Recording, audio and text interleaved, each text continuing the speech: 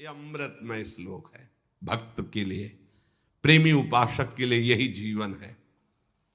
ये सब साधन मार्ग हैं, पर ये हर संप्रदाय के, हर साधना के उपासक के लिए ये अमृतमय श्लोक है।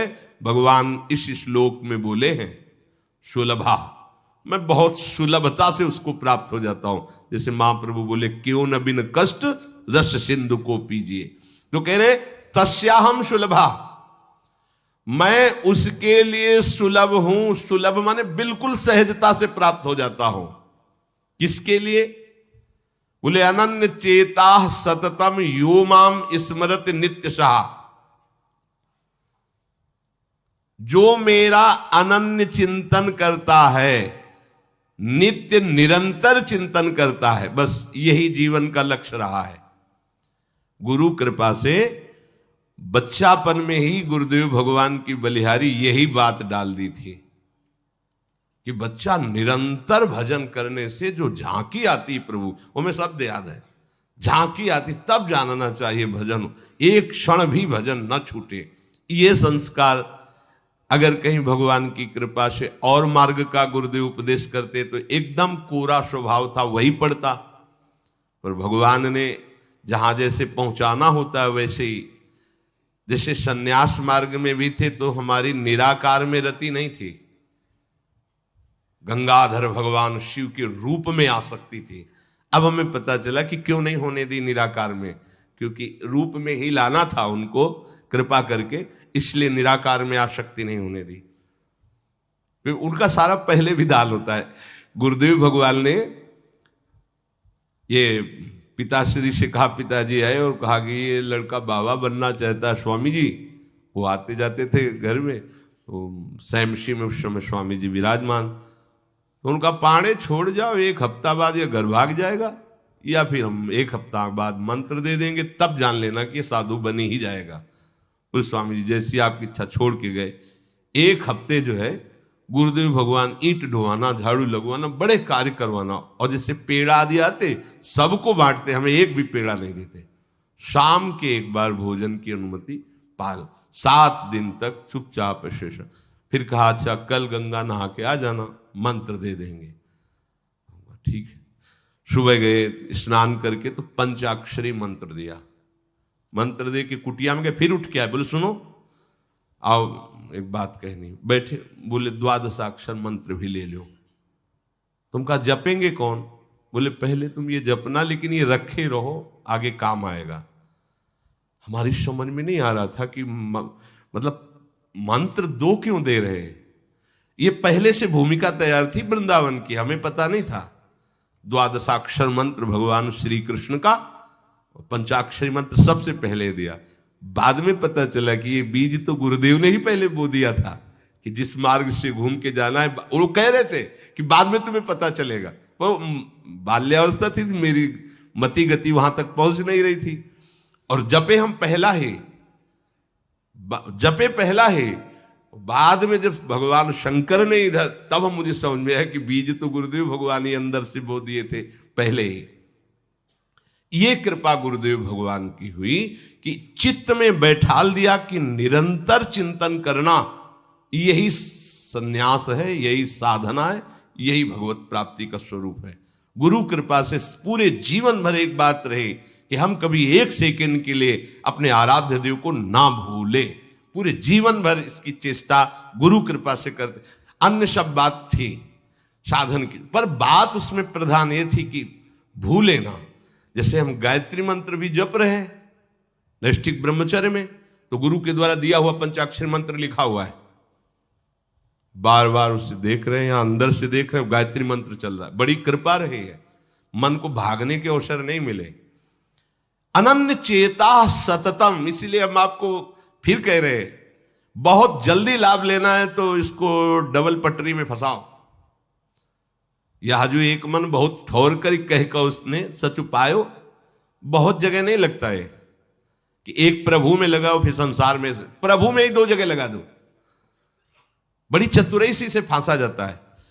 यदि मंत्र से भाग रहा हो और तुम्हें कहीं रूप का अभ्यास हो भगवत कृपा से, तो रूप में फंसाओ, चरणों से लेकर के मुकुट तक, मुकुट से लेकर चरणों तक इसको फंसाओ।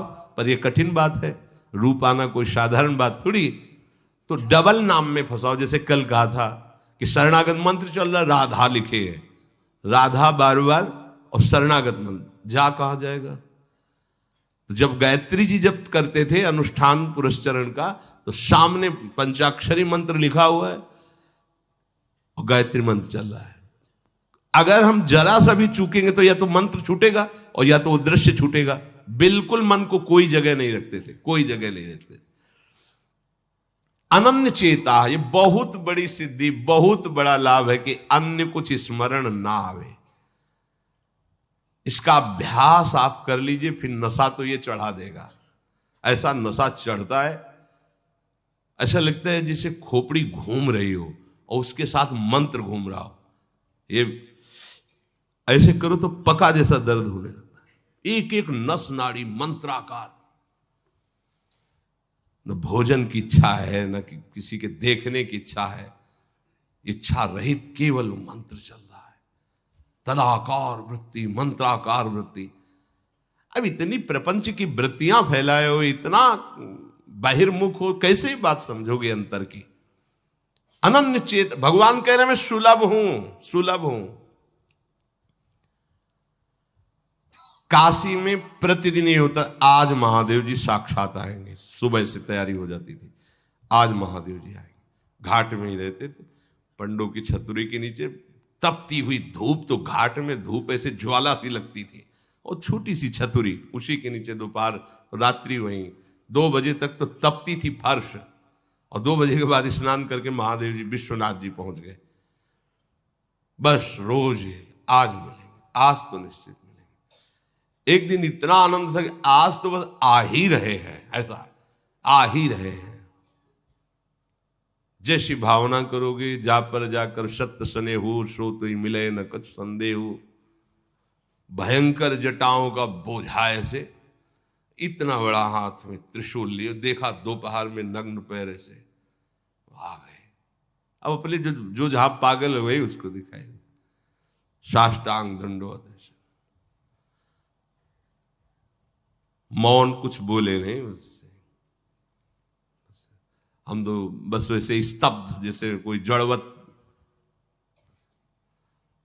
बाद में विचार आया इसका मतलब क्या था। मैं ही मैं हूं, दूसरा कोई नहीं है। अलग से देखने की भावना मत करो, कण कण में मैं विराजमान हूं।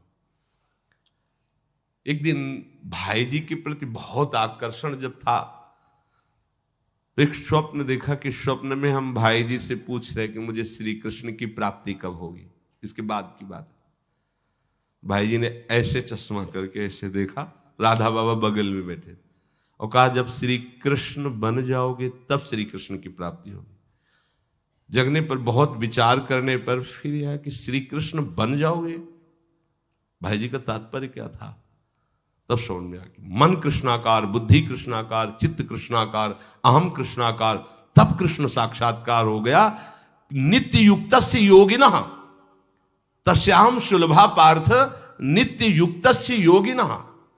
नित्य युक्त हो गया, जिसका चित्त प्रभु को छोड़कर किसी भी भोग भूमि में, किसी भी ऐश्वर्य में, किसी भी सिद्धि में।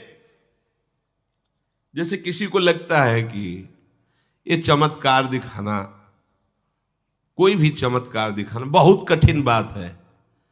अगर भगवत दर्शन का लक्ष्य ना हो, भगवत प्राप्ति का लक्ष्य ना हो, तो कोई भी चमत्कार ऐसे करने में है कोई बहुत बड़ी बात मत समझ। बस ये है कि इधर अगर स्वीकार किया तो उधर गेट बंद हो जाएगा। इसीलिए पिट जाते हैं, गाली सुन लेते हैं महात्मा जन, लेकिन प्रयोग नहीं करते अपने भजन का, प्रभु के पास जाते हैं।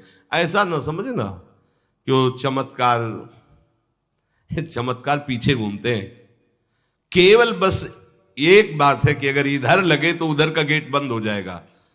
तो इतनी दुर्लभ बात बनने जा रही है, किसी को प्रमाणित करने के लिए कि हम महात्मा, हम भजनानंदी, हम चमत्कारी हैं, अपना गेट बंद करवा ले तो मूर्खता ही होगी ना।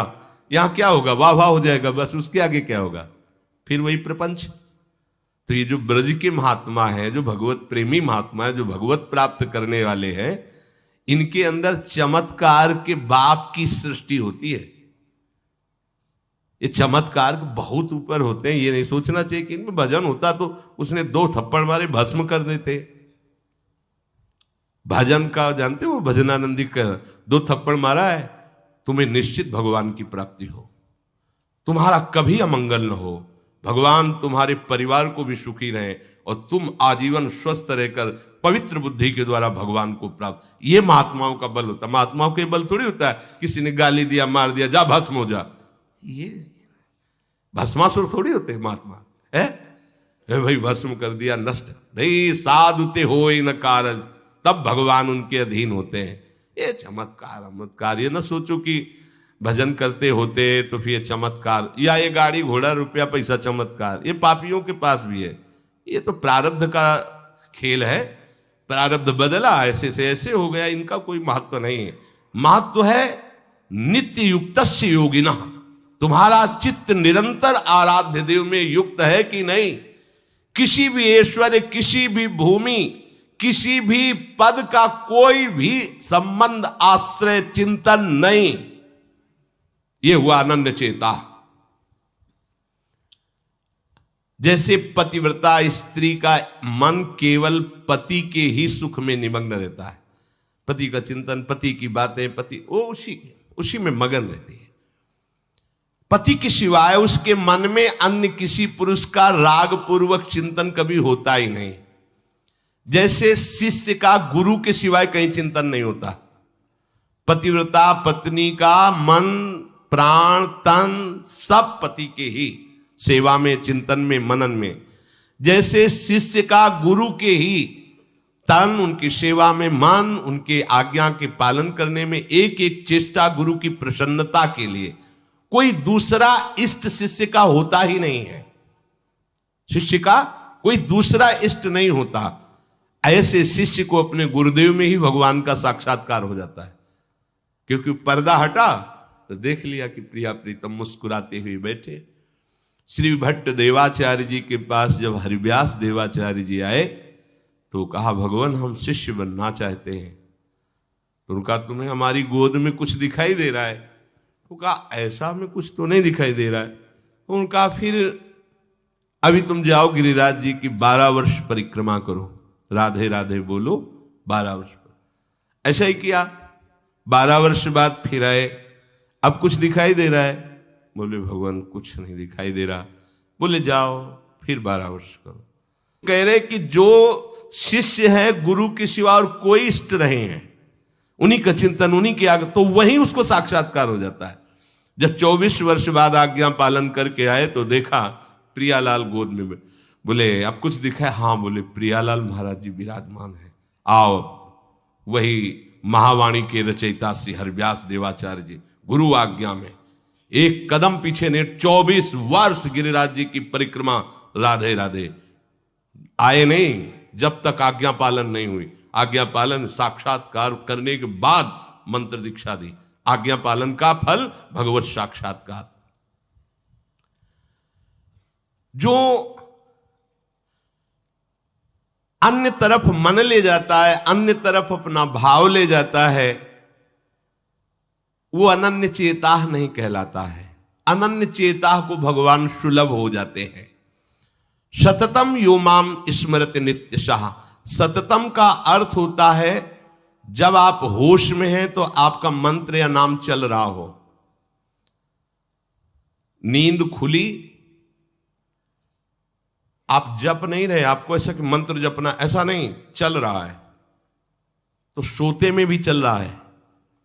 जब आप नींद में गए तो आपका मंत्र चल रहा था। आप सुषुप्ति में हो गए पर आपको पता नहीं। जब जगो तो आप देखो चल रहा है कि नहीं चल रहा है।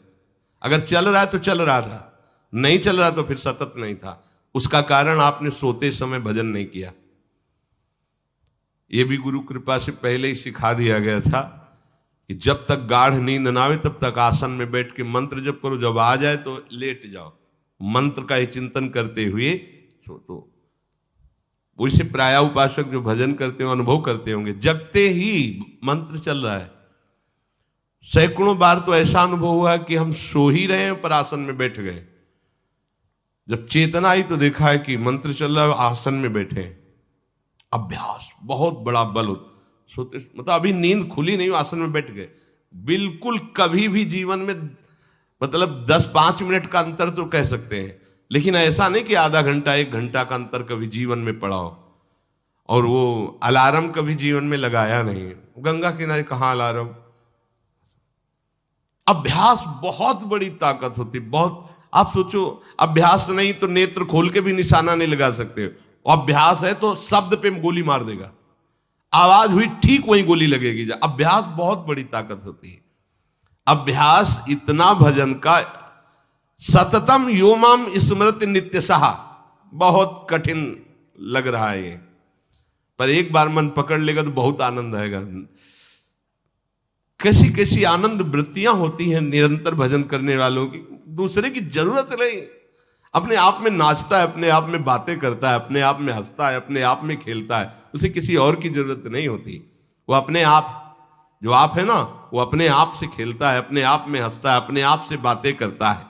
जो भगवत प्राप्ति करना चाहता है, जो अध्यात्म की ऐसी ऊंचाई पर पहुंचना चाहता है जहां काम, क्रोध, लोभ, मोह, मद, मत्सर, ईर्ष्या, द्वेष, इनका प्रवेश ही नहीं, इनकी पहुंच ही नहीं है, कितना उस हृदय में आनंद होगा जिसमें कोई कामना नहीं है, कोई द्वंद्व प्रभावित नहीं कर पा रहा। और यही तो प्राप्त करने के लिए हमें मानव देह मिला है। पीछे के पद में भगवान ने भक्त्या युक्तः शब्द का प्रयोग किया था। भक्ति युक्त, भक्ति प्रभु के सिवा अन्य कोई हमारा प्रिय न रह जाए, यह है भक्ति की कसौटी। ज्ञान की कसौटी, आत्मरति के सिवा और कहीं रति न रह जाए। आत्मावान, आत्मरति, आत्म क्रीड़ावान, बात एक ही है। हम श्री कृष्ण बोले, ज्ञानी आत्मा बोले, योगी परमात्मा बोले, भक्त भगवान बोले, वो एक ही बात है। पर अन्य कुछ रह जाना, ना वो ज्ञानी है, ना वो योगी है, और ना वो भक्त है। भक्त्या युक्तः,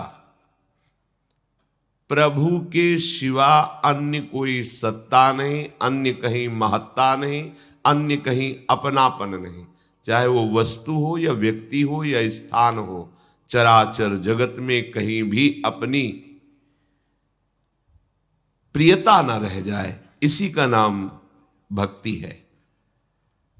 कहने को भक्ति सरल लगती है, पर इसीलिए कठिन है कि सब जगह की प्रेम फांसी को काटकर एकमात्र आराध्य देव से प्रेम करना बड़ा कठिन है।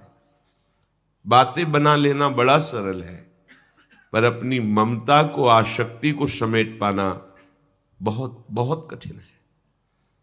कोई बिरला साधक ऐसा होता है जो अपने लक्ष्य की तरफ रखता है, भगवान सामने, सदगुरुदेव सामने, पर ये दुष्ट इंद्रियां और मन जगत को ही पाना चाहते हैं, जगत को ही भोगना चाहते हैं, जगत को ही देखना चाहते हैं। कैसी मलिनता! इसलिए भक्त्या युक्तः, बातें केवल कर लेना थोड़ी होता कि हमें भगवत प्राप्ति करनी। भगवत प्राप्ति करनी है तो इसके मूल में सारी बात आ गई कि अब मुझे और कुछ चाह नहीं रखनी, और कोई कामना की पूर्ति नहीं करनी, और किसी से अपनापन नहीं रखना, मुझे प्रभु चाहिए। ये सावधान हो जाइए, आप एकांत में भी भगवान के सामने हैं, आपको हमारे श्यामा श्याम देख रहे हैं। ऐसी भावना से हर समय सजग रहोगे तो पापाचरण बंद हो जाएंगे। पापाचरण बंद होते ही हृदय प्रभु की तरफ भाग पड़ेगा। प्रभु की तरफ भागना क्या है? प्रतिक्षण उनका गाढ़ चिंतन। फिर किसी सुख की तुम्हें आकांक्षा नहीं करनी पड़ेगी, किसी सुख का तुम्हें अभाव नहीं लगेगा। ई परलोक सकल सुख पावत, मेरी सो भैया कृष्ण गुण संचु। तुम्हें मेरी शपथ है, तुम कृष्ण के गुणों का गायन करो, कृष्ण नाम रटो, कृष्ण रूप ध्यान करो। इसका फल होगा प्रियाजू के चरणों में प्रीति। जिसका गोरे चरणार बिंद से संबंध है, यह परलोक किसी भी सुख की चाह ही नहीं रह जाती। प्रभु करुणा करके कह रहे हैं, वही आचार्य है। मेरी कसम, तुम कृष्ण के गुणों का संचय करो, तुम्हें इस लोक परलोक में सब सुख मिल जाएंगे, कोई अभिलाषा अधूरी नहीं रह जाएगी। पर भक्त्या युक्त अन्य संबंध, अन्य महत्व बुद्धि, ये कलंक है हमारी भक्ति में। नहीं समझ रहे? चाहते हैं सुख, चेष्टाएं और चिंतन, दुखालयम अशाश्वतम। कैसे मिलेगा? चाहते हो अविनाशी पद और भोग दृष्टि रखते हो विनाशी की, प्रियता रखते हो विनाशी की, गाढ़ चिंतन करते हो विनाशी भोगों का, कैसे अविनाशी पद का अधिकार प्राप्त होगा? अरे तुम्हारा स्वरूप ही अविनाशी है। विस्मृत होकर भोगों में लगने से ही ये तुम्हारी दुर्दशा हुई है। भक्त्या युक्ता, अपने हृदय को भक्ति से युक्त करो। आराध्य देव की शिवा और कहीं चिंतन न जाए। अभ्यास योग युक्तेनो चेतसा नान्यगामिना। स्पष्ट कह रहे हैं प्रभु, परमं पुरुषम दिव्यम याति पार्थान चिंतयेत्। निश्चित परम पुरुष दिव्य, उस परमात्मा की तुम्हें अनुभूति होगी, उसका साक्षात्कार हो जाएगा।